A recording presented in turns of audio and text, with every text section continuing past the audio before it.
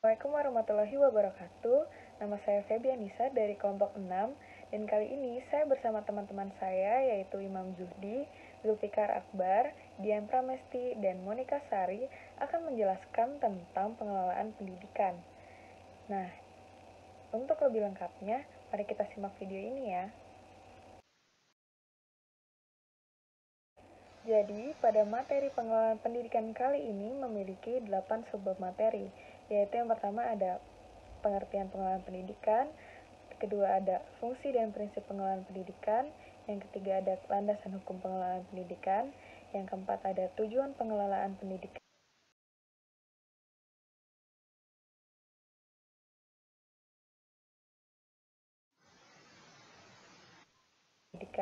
yang kelima ada ruang lingkup pengelolaan pendidikan, yang keenam ada perancangan program, yang ketujuh ada rencana sekolah dan administrasi sekolah, dan yang terakhir ada pendekatan dan pengelolaan pendidikan. Dan kita akan mulai penjelasannya mulai dari yang pertama yaitu pengertian pengelolaan pendidikan yang akan dijelaskan oleh saya sendiri. Kata pengelolaan berasal dari kata manajemen, sedangkan kata manajemen sama artinya dengan administrasi. Oleh sebab itu, pengelolaan pendidikan dapat diartikan sebagai upaya untuk menerapkan kaidah-kaidah administrasi dalam bidang pendidikan. Manajemen pendidikan dapat diartikan sebagai usaha pengaturan terhadap peserta didik, mulai dari peserta didik tersebut sekolah sampai dengan mereka lulus. Manajemen pendidikan tidak semata-mata mencatat data peserta didik, tetapi meliputi aspek yang lebih luas, yaitu membantu upaya pertumbuhan anak melalui proses pendidikan sekolah.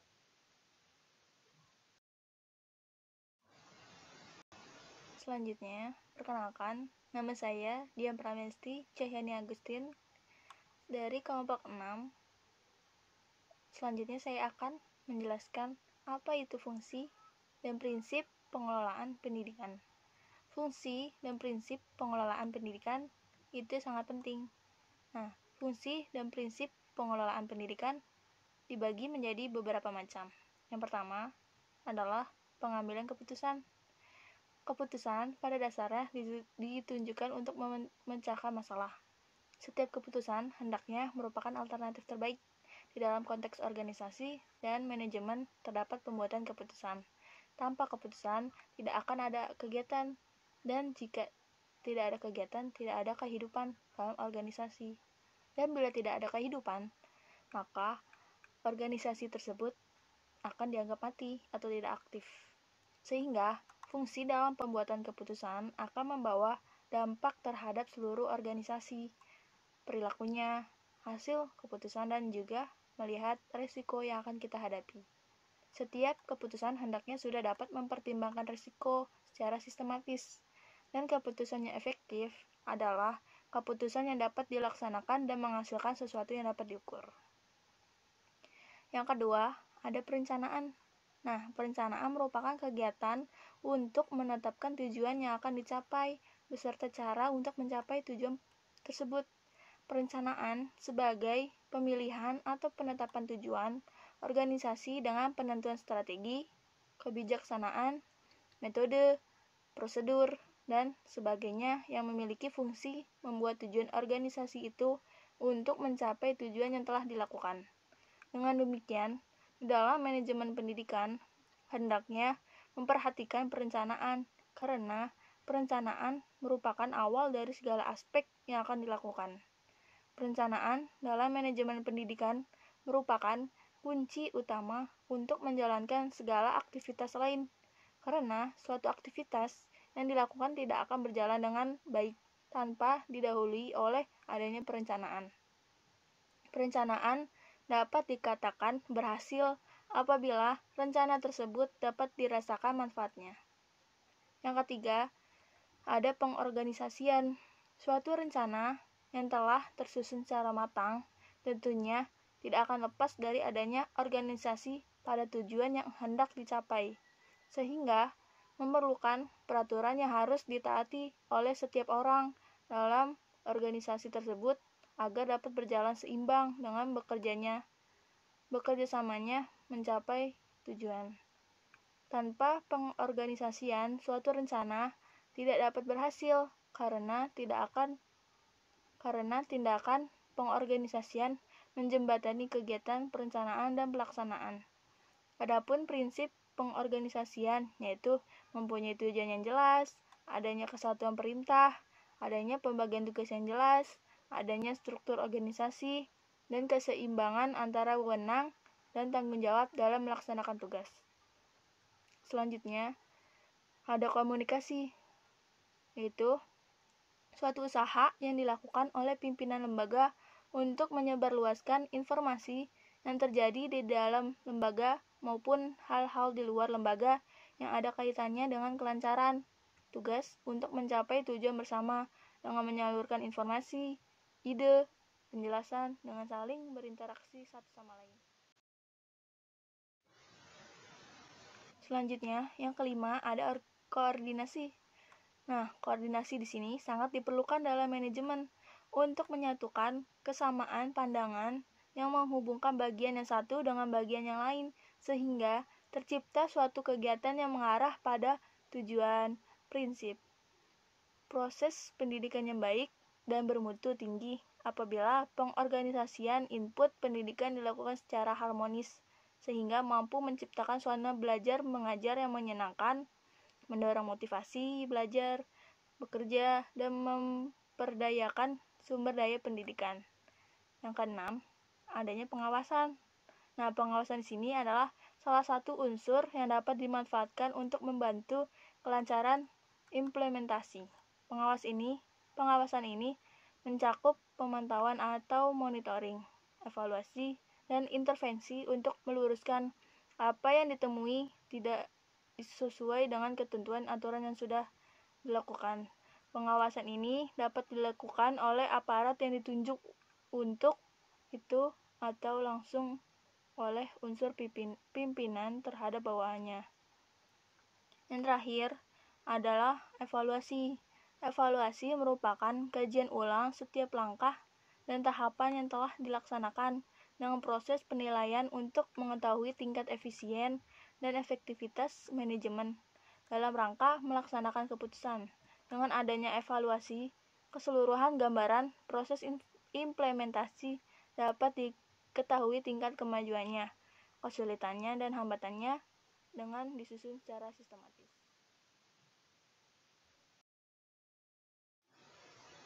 Selanjutnya, saya akan menjelaskan beberapa pendekatan dalam pengelolaan pendidikan. Nah, dalam pendekatan pengelolaan pendidikan dibagi menjadi 3.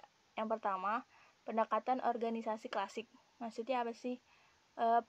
Pendekatan organisasi klasik disebut juga dengan gerakan manajemen ilmiah yang dipelopori oleh Frederick Taylor, seorang yang memiliki latar belakang dan pengalaman sebagai buruh, juru ketik, mekanik, dan akhirnya berpengalaman sebagai kepala teknik yang hidup antara tahun 1856 sampai dengan tahun 1915.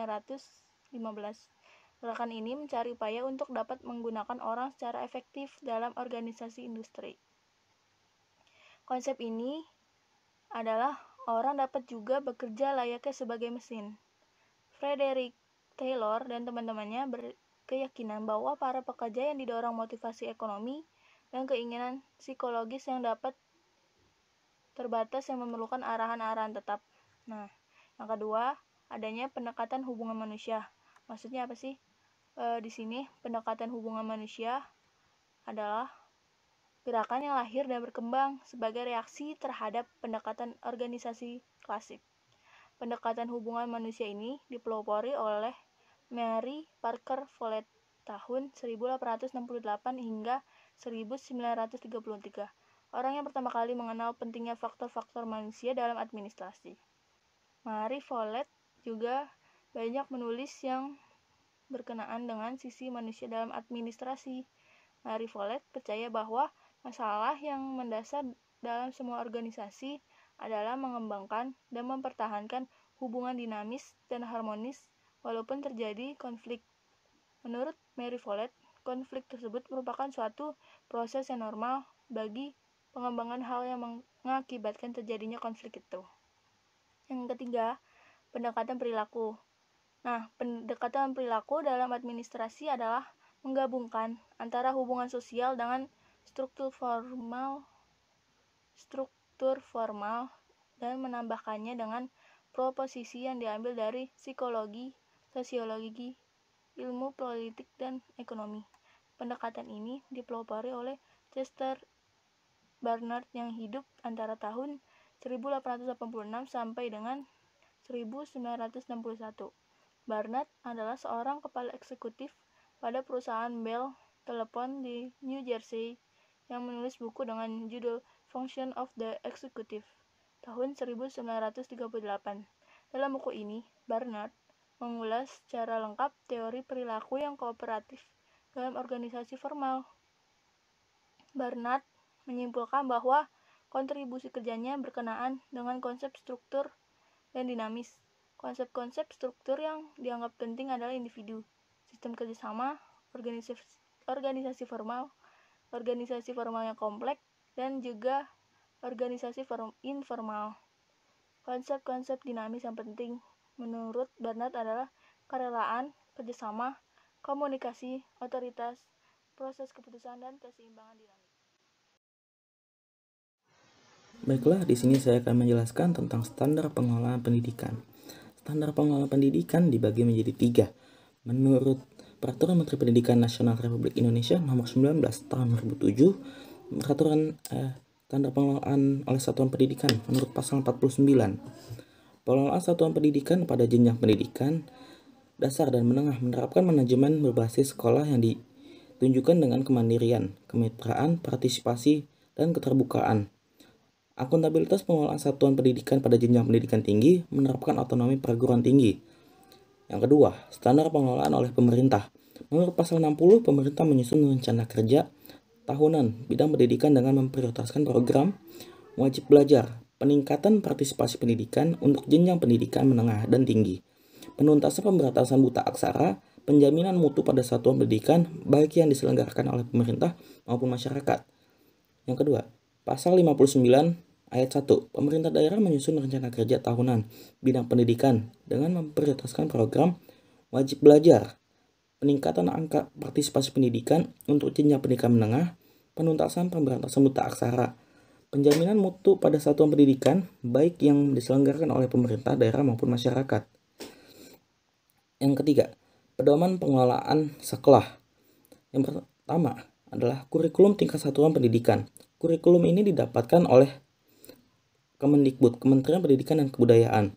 Yang kedua adalah kalender akademik, adalah batasan waktu menuntaskan pengajaran dan melakukan pengujian pada peserta didik yang dilakukan oleh tenaga pengajar. Tujuan manajemen pendidikan adalah terciptanya perencanaan pendidikan yang merata, bermutu, relevan, dan akuntabel. Meningkatkan citra positif pendidikan, teratasinya mutu pendidikan karena masalah mutu disebabkan oleh manajemennya yang buruk. Selain itu, tujuannya yakni terwujudnya suasana belajar dan proses pembelajaran yang aktif, kreatif, dan efektif, sehingga akan menghasilkan proses pembelajaran yang menyenangkan dan bermakna bagi peserta didik maupun tenaga pengajar. Tidak hanya itu, tujuan ini juga meliputi identifikasi kelemahan, kekuatan, peluang, dan ancaman dalam perencanaan. Jadi, segala sesuatu yang sifatnya demikian juga akan diidentifikasikan dan dilakukannya manajemen pendidikan. Selanjutnya, saya di sini akan menjelaskan tentang ruang lingkup manajemen pendidikan. Yang pertama, objek kajian manajemen pendidikan. Objek kajian manajemen pendidikan terdapat manajemen lembaga pendidikan pada aspek struktur. Pada aspek struktur, menjelaskan struktur organisasi pendidikan, analisis unit kerja, deskripsi tugas, spesifikasi pelaku pendidikan, otoritas, hierarkis jabatan, dinamika lingkungan, struktural organisasi, dan perbedaan profesionalitas pelaku pendidikan, serta semua aktivitas. Selanjutnya, bidang garapan manajemen pendidikan. Terdapat 7 bagian dari bidang garapan manajemen pendidikan. Yang pertama, manajemen peserta pendidikan. merupakan sebuah kegiatan manajemen pendidikan yang berhubungan dengan peserta didik. Dimulai dari peserta didik itu masuk di suatu lembaga pendidikan sampai dengan keluar suatu lembaga pendidikan. Yang kedua yaitu manajemen kurikulum. Manajemen kurikulum mencakup kegiatan perencanaan, pelaksanaan, sampai dengan evaluasi terhadap pelaksanaan kurikulum tersebut. Baik, yang ketiga yaitu manajemen personalia. Manajemen personal itu pada dasarnya proses memanage personel khususnya di sekolah meliputi tahapan-tahapan. Yang pertama pengadaan atau perekrutan, yang kedua penempatan atau penugasan, yang ketiga pemeliharaan, yang keempat pembinaan, dan yang kelima pengembangan, pemutusan hubungan kerja, dan pensiun. Yang keempat, manajemen sarana dan prasarana merupakan suatu kegiatan untuk mengatur dan mengelola prasarana dan sarana pendidikan secara efektif dan efisien. Yang kelima, manajemen pembiayaan pendidikan merupakan kegiatan yang berkaitan dengan sumber, penggunaan, dan pertanggungjawaban dana di suatu lembaga pendidikan. Selanjutnya, 6.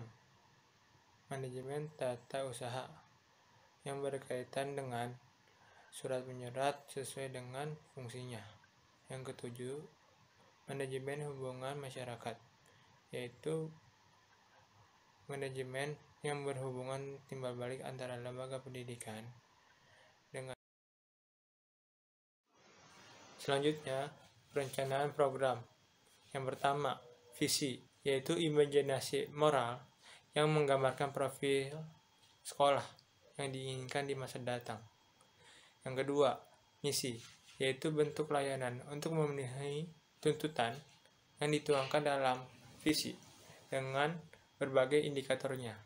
Yang ketiga, tujuan program, yaitu menggambarkan arahan yang jelas bagi sekolah, rumusan tujuan akan strategi atau perilaku, arah kebijakan, dan program suatu sekolah. Yang keempat, rencana kerja, yaitu perumusan program kerja. Perumusan program kerja sekolah berdasarkan atas perumusan misi, visi, tujuan, sasaran, strategi, dan kebijakan yang telah ditetapkan. Selanjutnya, rencana kerja sekolah. Sekolah sebagai suatu lembaga atau institusi tentunya mempunyai satu tujuan atau lebih. Dalam rangka mencapai tujuan tersebut, perlu disusun rencana yang strategis dan efektif. Perencanaan program dan kegiatan dituangkan dalam rencana kerja sekolah. Menurut Permendiknas RI nomor 19 tahun 2007, rencana kerja sekolah merupakan salah satu komponen dari perencanaan program sekolah yang menggambarkan tujuan yang akan dicapai dalam kurun waktu tertentu sebagai dasar pengelolaan sekolah dalam mendukung peningkatan mutu lulusan. Rencana kerja sekolah terdiri atas rencana kerja jangka menengah dan rencana kerja tahunan. Rencana kerja jangka menengah menggambarkan tujuan yang akan dicapai dalam kurun waktu 4 tahun yang berkaitan dengan mutu lulusan yang ingin dicapai dan perbaikan komponen yang mendukung peningkatan mutu lulusan. Rencana kerja tahunan adalah rencana kerja tahunan sekolah atau madrasah yang berdasar pada rencana kerja jangka menengah, yang dinyatakan dalam rencana kegiatan dan anggaran sekolah atau madrasah sebagai istilah lain dari rencana anggaran penerimaan dan belanja sekolah atau madrasah. Rencana kerja tahunan memuat ketentuan mengenai kesiswaan, kurikulum dan kegiatan pembelajaran, pendidik dan tenaga kependidikan serta pengembangannya, sarana dan prasarana, keuangan dan pembiayaan, budaya dan lingkungan sekolah, peran serta masyarakat, kemitraan, dan rencana-rencana kerja lain yang mengarah pada peningkatan dan pengembangan mutu.